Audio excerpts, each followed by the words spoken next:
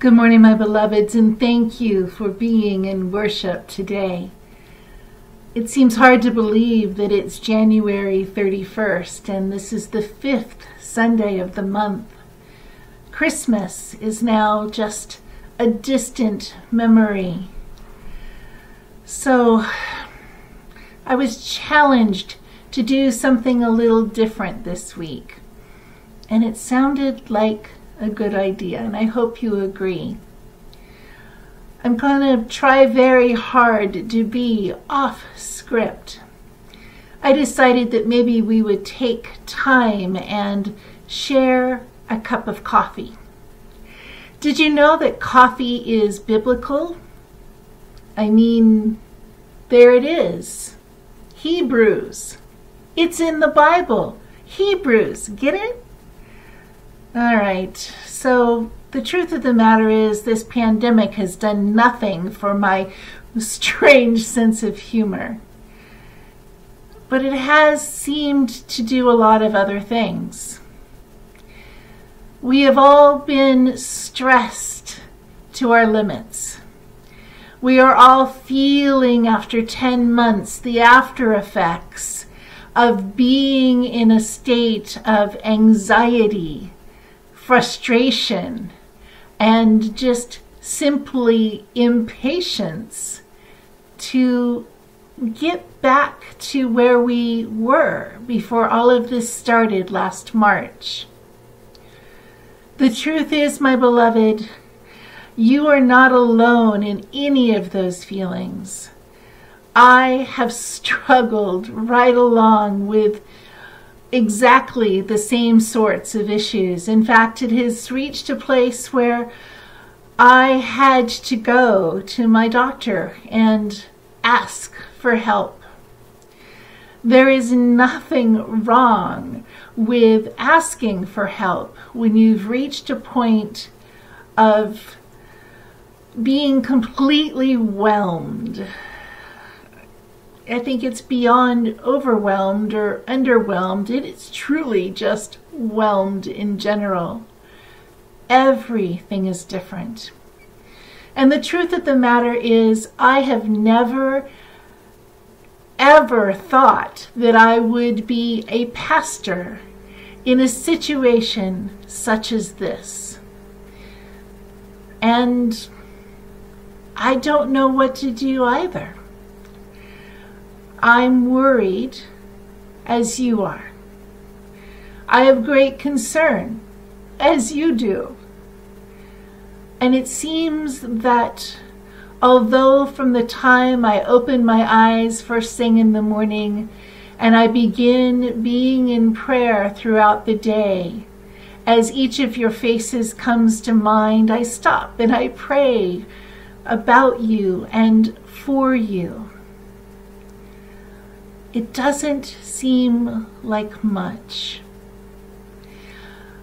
I've had to relearn so much computer media that I can't even begin to share with you. It seems like every day there's a new lesson. But the truth of the matter is, I'm not effectively reaching all of you with these weekly broadcasts. And my heart is incredibly sad. I keep trying to find new ways to reach out, to touch those who would rather not touch a computer. We have sermon by phone now, and from this point going forward, not only will we have a Sunday message, but I plan to continue these coffee times with the pastor, these times of sharing a good cup, God to the last drop. Sometime in the middle of the week, and as soon as those recordings happen, I'll load those up on Sermon by Phone as well. It is indeed a way that even those who don't want to be in the digital domain can at least hear a voice and hear a unified message with the rest of the community. The truth of the matter is, People keep telling me we're all in the same boat. I don't believe we are.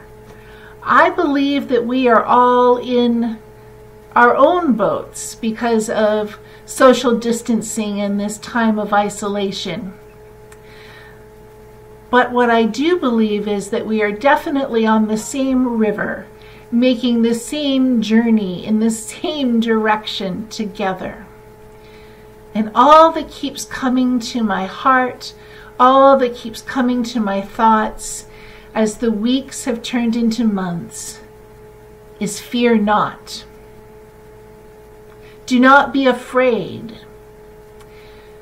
A friend of mine on one of my clergy groups was talking about COVID-19 days, these days that have gone on forever. And he said he was inclined to despair. But then he remembered Marilla Cuthbert in Anne of Green Gables saying that to despair is to turn one's back on God. And I found great comfort in those words. I truly believe that even as frustrated as we all are, none of us are ready to take that step. We are still spiritually engaged. We are still praying. We are still part of a community. The church doors are closed because of a surge in pandemic numbers here in Franklin County. I watch those numbers every single day, and I am seeking a day when I feel like we can re-engage and come together face to face. But that time is not yet. But I'm praying that it will come soon.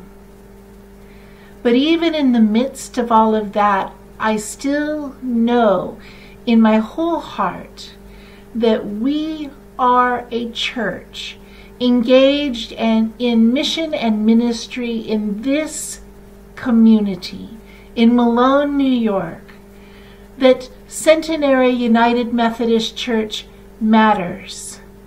I remind myself every day when I am grieving the fact that our church building is for the most part closed, that although it is a beautiful place, it is not the church.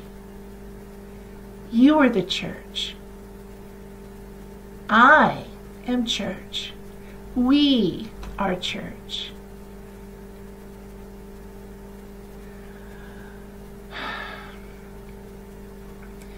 My beloveds, I don't mean to ramble.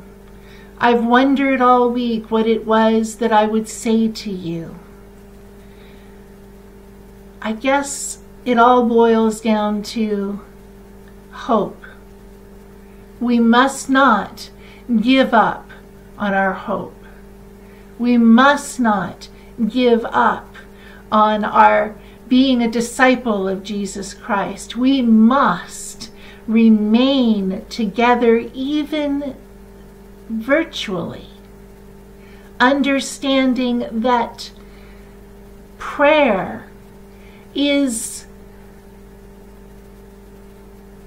in this time of pandemic, it's as powerful as any action we could take. We need to be in that community praying for ourselves and for one another. You are not alone. I am not alone. We are not alone. But we are at a distance together. I'm reminded of Psalm 64 that reads, God is our refuge and our strength, a very present help in trouble. Therefore we will not fear, though the earth should change, though the mountains shake in the heart of the sea, though its waters roar and foam, though the mountains tremble with its tumult. I don't know about you, but it feels a little bit right now like the mountains are shaking.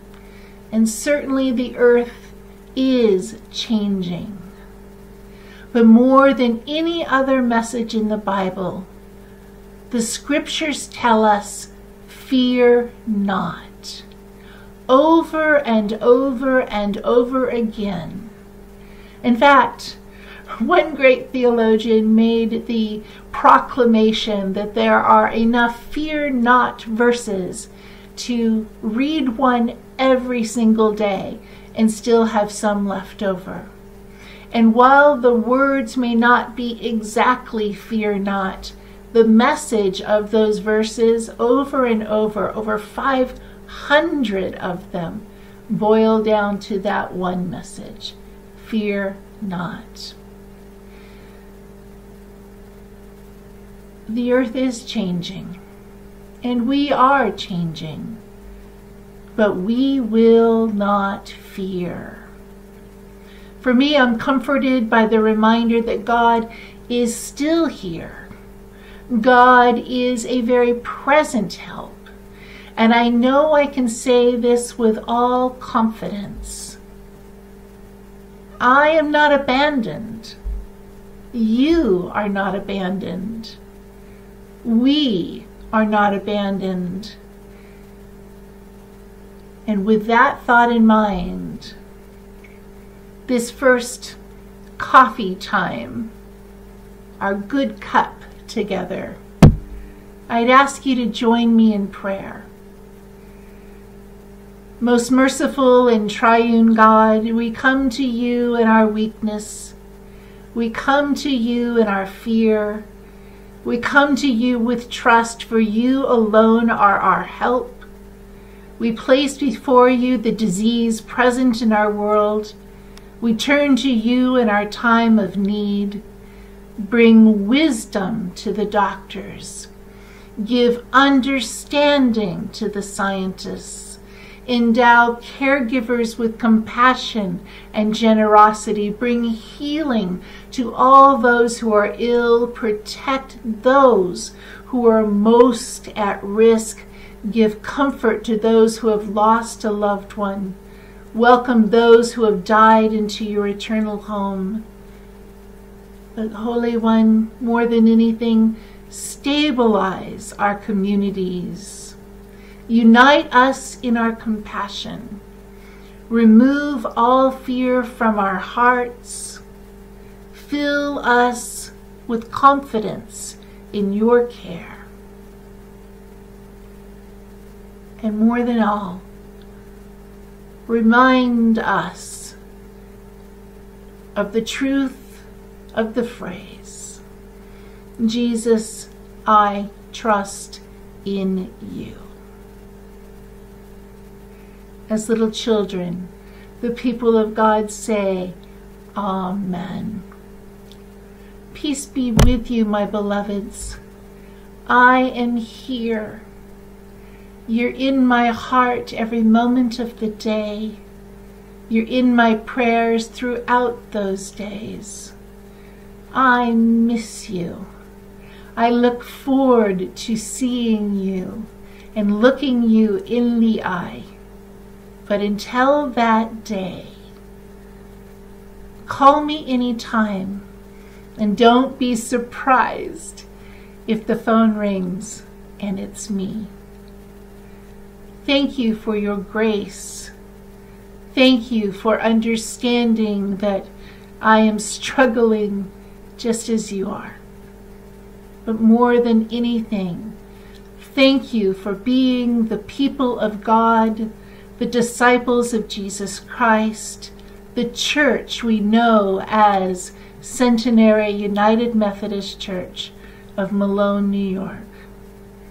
I love you so very much, my beloveds. Until we speak again, peace be with you. Drink a good cup. I look forward to seeing you again.